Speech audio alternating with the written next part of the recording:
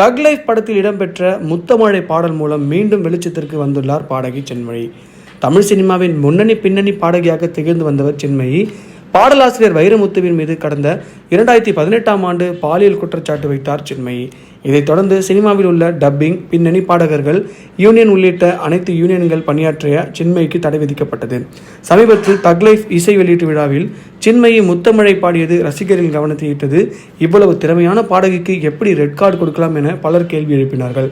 இதோடு பாடலாசிரியர் வைரமுத்துவின் மீதான பாலியல் குற்றச்சாட்டு மீண்டும் பேசும் பொருளாக மாறியிருக்கிறது. வைரமுத்து குறித்து இசையமைப்பாளர் கங்கை அமரன் நிகழ்ச்சி ஒன்றில் பேசியது பரபரப்பை ஏற்படுத்தியிருக்கிறது.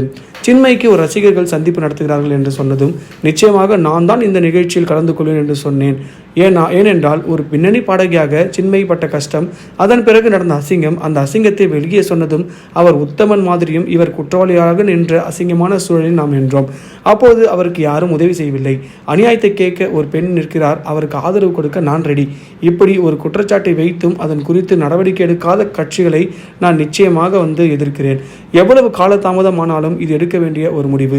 வைரமுத்து என்னுடைய நண்பர் என்பதால் அவர் செய்யும் தப்பை கேட்காமல் விடுவோமா? அநியாயம் நடந்துதான். வைரமுத்து ஒரு தங்கமான ஆள். அப்படிப்பட்ட ஆள் மேலே நீ குத்தம் சொல்லலாமா?